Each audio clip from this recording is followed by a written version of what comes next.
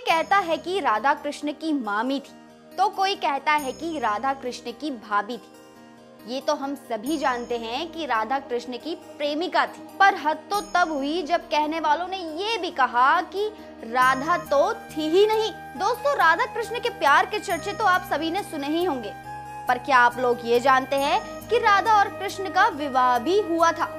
वृंदावन का एक मंदिर इसका गवाह भी है। तो चलिए जानते हैं कि कब, कहां और कैसे हुआ था कृष्ण जी का विवाह।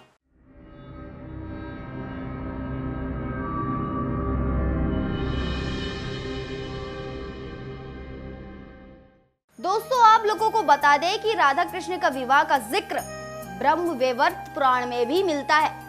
इस पुराण के अनुसार जब एक बार नंद बाबा बालक कान्हा को भांडीर नामक वन में लेकर गए थे, जो वन वृंदावन से करीब 15 किलोमीटर की दूरी पर था। कहा जाता है कि नंदराय और कृष्ण जी को घूमना फिरना बहुत अच्छा लगता था। ऐसी ही एक दिन जब वे दोनों साथ में घूम रहे थे तो अचानक से तेज तूफान आ गया। तूफान से बचने के लिए नंद बाबा और कृष्ण जी एक पेड़ के पास चले गए और पेड़ के नीचे बैठकर बातें करने लगे। और देखते ही देखते कुछ ही देर में वहां राधा रानी भी पहुंच गई।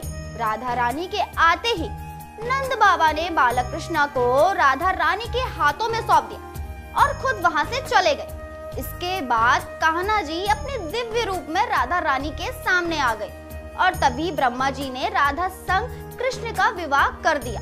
कहते हैं कि आज भी भांडवी रवन वन राधा रानी के विवाह स्थल के नाम से जाना जाता है। इसलिए भांडवी रवन में भगवान कृष्ण का प्राचीन मंदिर भी है और कई भक्तों की आस्था इस मंदिर से जुड़ी है।